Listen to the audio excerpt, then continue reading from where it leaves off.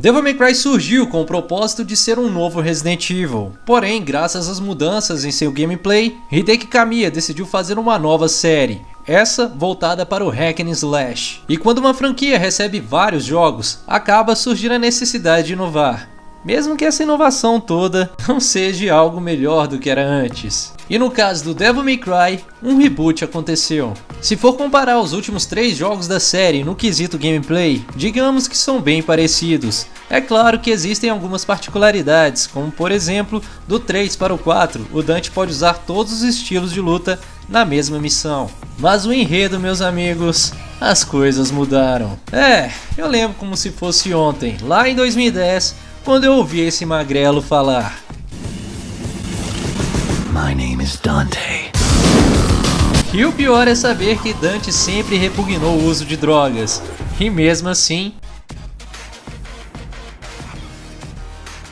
Tá bom, eu posso estar pegando pesado, até porque depois de tantas críticas, a Capcom ou a Ninja Theory resolveu dar uma pequena melhorada no personagem, inclusive retirando o uso de drogas. Porém, outra surpresa viria. Apesar do Dante ter mudado sua aparência, sua personalidade continuava a mesma. E pra ser sincero, acho que é até mais arrogante que em Devil May Cry 3. Agora, no caso do seu irmão gêmeo, não foi bem assim. Conhecer o Virgil em Devil May Cry 3 e ver a sua obsessão em ter mais poder, fez ele ser um dos personagens mais berés da série. Já no reboot, ver o Virgil desta forma, com esse chapeuzinho de gangster e ter criado uma organização para salvar o mundo, caras, é rir pra não chorar. Sorte que a galera que jogou esse game sabe que no final, muitas coisas voltam como era antes na série clássica. Então isso quer dizer que a história se encaixaria na cronologia, certo?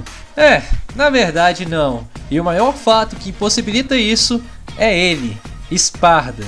O progenitor dos gêmeos sofreu algumas alterações em sua história, que além dele ter se apaixonado por um anjo, também foi derrotado pelo Mundus. Essa é a coisa mais sem noção desse reboot. É incrível como em todos os Devil May Cry é dito quão lendário foi o Cavaleiro Negro, em não somente ter conseguido selar o Mundus no inferno, como também ter derrotado uma legião de demônios sozinho. E ainda por cima, ele se sentiu na obrigação de selar todo o seu poder para que a humanidade não corresse mais riscos. E no reboot não tem nada disso. Ele simplesmente perde a batalha contra Mundus por causa de um amor proibido entre um anjo e um demônio. Olha, história 10/10, viu?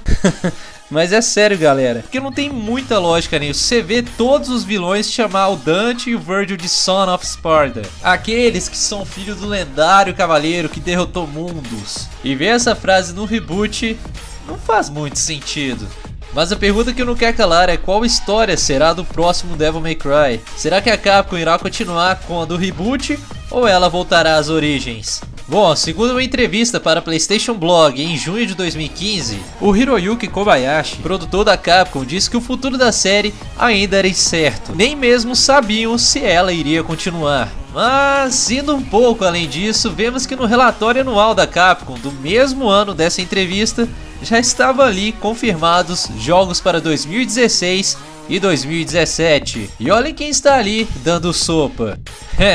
Não dá pra confiar nesses produtores. Além disso, o ator Nils Hognestad, que não é muito conhecido, mas fez alguns episódios de Supernatural e Once Upon a Time, acabou atualizando seu currículo online com o game Devil May Cry 5.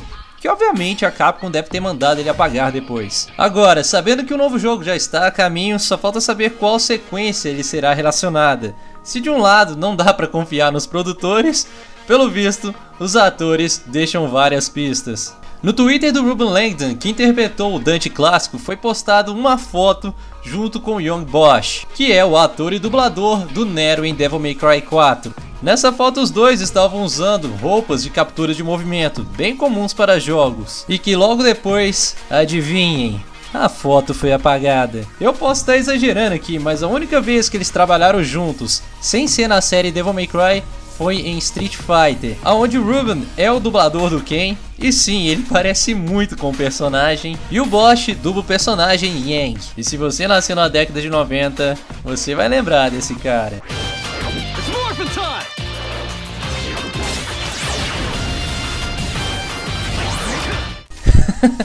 Mas nós sabemos que o personagem Aang não está previsto para entrar no Street Fighter V ainda. Então, realmente parece que essa foto entrega o ouro. Ainda mais que os dubladores do Dante e do Virgil no reboot não parecem estar muito ligados no que está acontecendo. Outro fato que indica que o próximo jogo será baseado na série clássica foram as vendas dos dois últimos jogos. Enquanto a Capcom teve que reduzir a sua previsão de vendas de 2 milhões para 1.200.000 unidades vendidas no Devil May Cry Reboot, o Devil May Cry 4 teve vendas acima de 2 milhões. E além disso, sua edição especial fez com que a Capcom subisse seus lucros em 100%.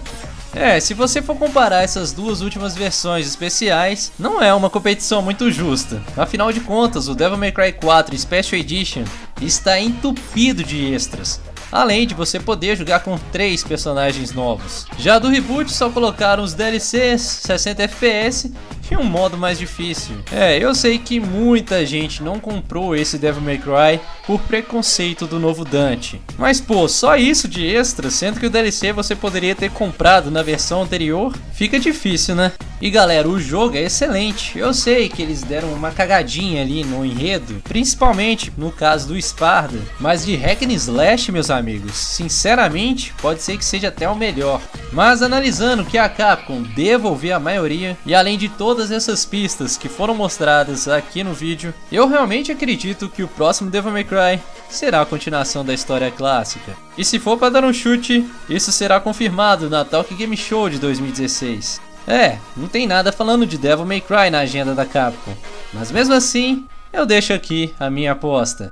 Agora eu quero saber de vocês, quais as suas opiniões sobre o futuro da série? Digam aí nos comentários, beleza? Muito obrigado por ter assistido o vídeo e até a próxima.